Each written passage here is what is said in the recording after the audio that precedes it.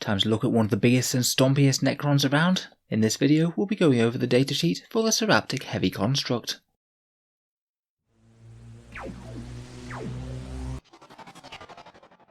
Hello and welcome back to Auspex Tactics for another miniature datasheet review, where this time we're focusing on one of the newest Forge World toys for Necrons, the Seraptek Heavy Construct. In the video, we'll take a look over its datasheet, talk about a few obvious rules combos and synergies, and talk about how it shapes up compared with other Necron units. In the background, these are some of the ultimate weapons of war of the Cryptex, generally designated to protect the master program of each Necron tomb world. Dwarfing battle tanks in size, these constructs bear some of the Necron's most potent and largest weaponry, including the Singularity Generator, drawing all matter towards it before detonating it in an implosion, and the Synaptic Disintegrator, which can obliterate the largest targets in a single shot, leaving no one molecule attached to another. In times of war, overlords may summon their constructs out from the depths of their tomb world, in times where they want to bring every single asset that they have to bear on a foe. Let's see what this guy can do in game then. So the Seraptek Heavy Construct is a 650 point or Power 33 Lord of War choice for Codex Necrons, its latest rules found in this new Imperial Armor Compendium. For such a mighty investment, you get an impressive stat line with a movement of 12 inches, weapon skill and ballistic skill of 3+, strength and toughness 8, 28 wounds, 6 attacks, leadership 10 and a 3+ save. It's honestly quite reminiscent of a Dominus pattern Imperial Knight, particularly as it also has a 5+ invul save from its containment field. Much in the same way as the Imperial Knights, the movement, weapon skill and ballistic skill all degrade as you'd expect, so when it's on its last few wounds it'll be hitting very inaccurately on a weapon skill and ballistic skill of 5.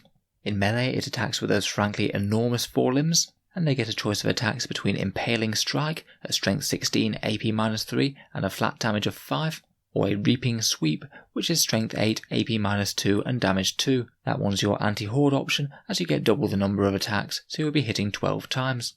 If this thing does get into stomping range of any normal sized vehicle, it will typically destroy it in one combat phase. It does have the potential to get a bit more bogged down against hordes despite that sweep attack. You'd average around about 6 dead guardsmen or orcs.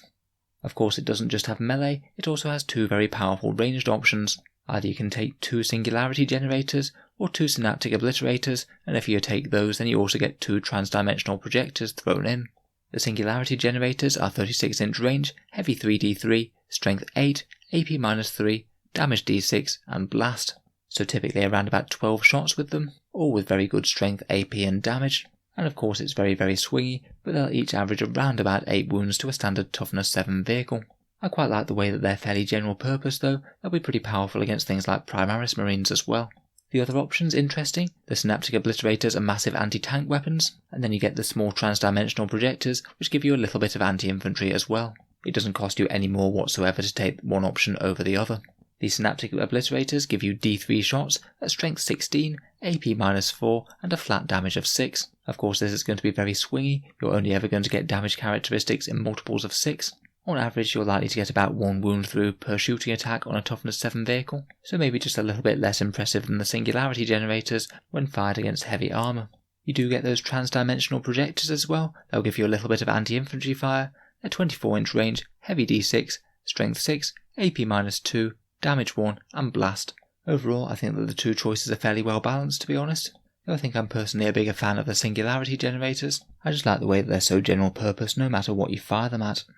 In terms of special rules, it of course has living metal and command protocols, a little bit of regeneration and some additional buffs never go amiss. It has a special Titanic unit rule, which similar to Imperial Knights, allows them to step over enemy units provided they aren't monsters or vehicles. It's quite useful for not getting pinned back behind a thin line of guardsmen or something. And finally, if it does explode, it goes up with a very big bang indeed. If you roll a 5+, then anything within 2d6 inches will take d6 mortal wounds. As is normally the case with super heavies like this, you just really don't want it going up in the midst of your army. Finally, keywords wise, it is a vehicle. It doesn't have the Canoptek keyword unfortunately, that would have been quite handy, but at least it gets a dynasty. Overall, this guy's a bit of a hybrid monster, very powerful shooting and melee, but coming at quite a steep price points wise. So in terms of getting a bit more out of him on the table, it is possible for him to get a dynastic code, but you only actually get the benefit of that code if you are in a full super heavy detachment. If you're in a super heavy auxiliary, then you're not getting the bonus. Realistically, unless you're fielding him alongside a couple of cheap monoliths or things, I think it's very rare that you'd want to take multiple of these in a super heavy detachment. If you do though, then various ones of the codes are quite useful. Mefrit could buff his shooting a bit, Zarakan could give him a helpful wound reroll from one of his powerful guns, and Nylak or the custom dynasties could give them Obsec. If he is just in a super heavy auxiliary though, then Seraptek could actually be worth a look as well. Their 2 command point stratagem to give you +1 to hit against one unit is actually really quite good, seeing as it's one of the best ways of buffing him.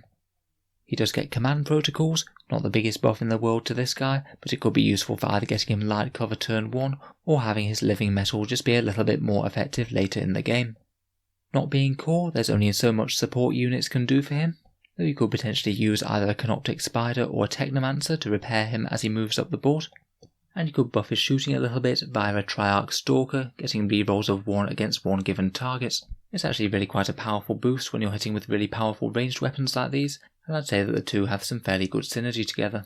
Finally, you could potentially use a Chronomancer to reroll charges, though probably not worth the investment, seeing as he's already got a 5+ invul save.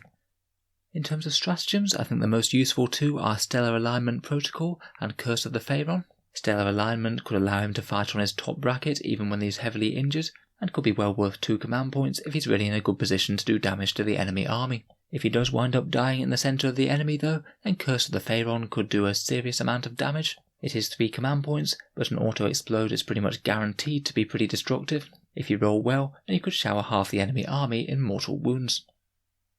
So how does he stack up against other units in the Necron army then? Firstly, I would say that a lot of his value is both tied up in range and melee, and it is quite nice that with the Titanic rule, he can both fall back, shoot and recharge again, and always be guaranteed to be a big threat, much in the same way as Imperial Knights. If you are just looking for raw firepower, then you would probably be better off with just Doomstalkers or Doomsday Arcs. They will put out more anti-tank damage point for point than this guy, and I'd argue that the Doomsday Arcs are more durable as well, what with their quantum shielding. I'm afraid I'm also not massively convinced he stacks up amazingly versus the new Monolith either. A couple of Monoliths loaded out with Death Rays are about 100 points more than this guy, but they'll do more damage at range with those Death Rays and Particle Whip, pretty similar damage output in melee, while being ridiculously more durable with their 2+ armor saves and bringing 48 wounds to the table rather than 28. I also couldn't resist comparing him to a Castellan Knight either. The two just seem very similar in terms of having 28 wounds and a 5+ invul save, plus some anti-tank heavy guns. The Castellan's actually a little bit cheaper now in the current version, and it has far heavier firepower in terms of taking out tanks, and is perhaps able to be a bit more generalist as well with the really big plasma weapon. I think the only real way that the Seraptek wins out against a Castellan Knight is in close combat, and even then only if it's attacking something that's very heavy and will actually care if it's being hit by a damage 5 weapon. Overall, at the moment, despite being a really cool model, I just don't think the Seraptek construct is very competitive right now, which is a shame really, seeing as its rules aren't likely to change anytime soon. It's not one that I bring to a tournament, but it's certainly a threat that your opponent can't afford to just ignore, and I think it will be a blast to use on the table. So let me know your thoughts on this critter down in the video comments below. I'd be interested to hear any ideas you have for using him in game. Feel free to subscribe to Auspex Tactics if you'd like to see more Necron content like this. I'll certainly be trying to keep the videos coming over the next few weeks. And if you are enjoying the channel and would like to help support, I'd just like to mention that I do have a Patreon page, which you can find down in the video description below. Channel Patrons do get a few benefits, such as being able to see videos early on the channel, regular votes in polls to see what sort of things come next, and also entry to the regular channel prize draw, with a chance to win some really big model kits at the start of every month. If any of that sounds good to you, or you'd just like to help support the channel, then the link is down in the video description, so feel free to check it out if you are interested. In any case, an absolutely massive thank you for listening, and I'll hope to see you guys next time.